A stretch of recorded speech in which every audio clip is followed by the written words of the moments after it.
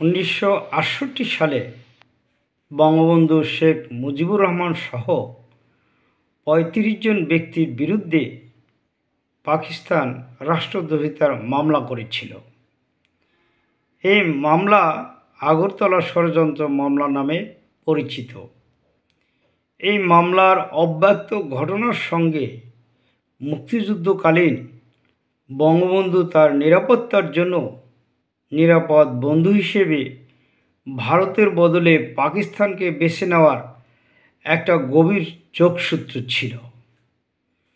1962 সালের 24শে ডিসেম্বর বঙ্গবন্ধু ভারতের প্রধানমন্ত্রী পণ্ডিত জওহরলাল নেহরুকে একটি প্রস্তাব দিয়েছিলেন।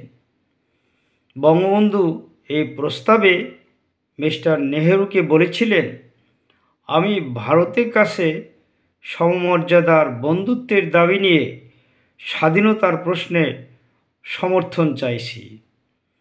মাথা নত করে হাত পাচ্ছি না। চীনের সঙ্গে যুদ্ধে হেরে ভারত এখন দুনিয়ায় ইজ্জত হারিয়েছে।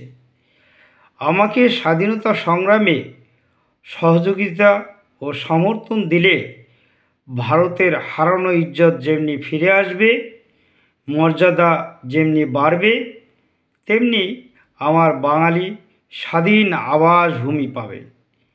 আমরা স্বাধীন হব। এই প্রস্তাবের বিষয়ে মিস্টার নেহেরু তার মুখ্যমন্ত্রী, গভর্নর ও 3 বাহিনীর প্রধানকে নিয়ে বৈঠক করেছিলেন।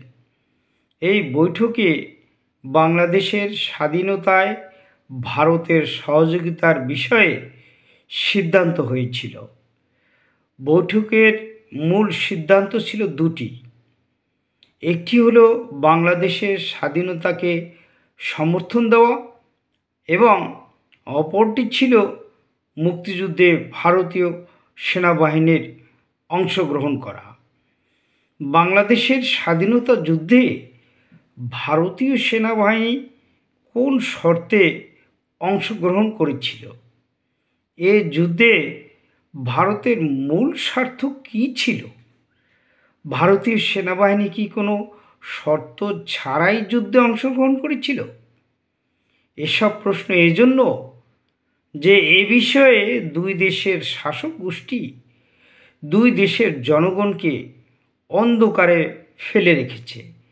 ভারত কিংবা বাংলাদেশ বিগত 53 বছরেও বিষয়সমূহ স্পষ্ট করেনি। মুক্তিযুদ্ধকালীন অক্টোবর মাসে বাংলাদেশের মুজিবনগর সরকারের সাথে ভারত সরকারের 7 দফা ভিত্তিক একটি শর্ত চুক্তি স্বাক্ষরিত হয়েছিল।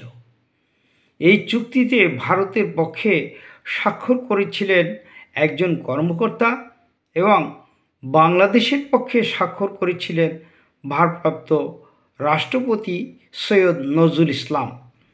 এই চুক্তিতে স্বাক্ষর করে সৈয়দ নজরুল ইসলাম সেন্সলেস হয়ে পড়েছিলেন চুক্তির ভয়াবহতা অনুধাবন করে। এই চুক্তির প্রস্তাবেই 1962 সালে পণ্ডিত জওহরলাল নেহরু বঙ্গবন্ধুকে মুখ্যমন্ত্রী শচীন্দ্রলাল সিংহের মাধ্যমে ত্রিপুরায় দিয়েছিলেন।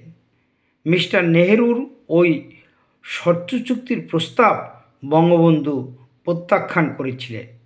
এ কারণেই বঙ্গবন্ধু স্বাধীনতা মুক্তিযুদ্ধের সময় নিরাপদ অবস্থানের জন্য ভারতের বদলে পাকিস্তানকে বেছে নিয়েছিলেন।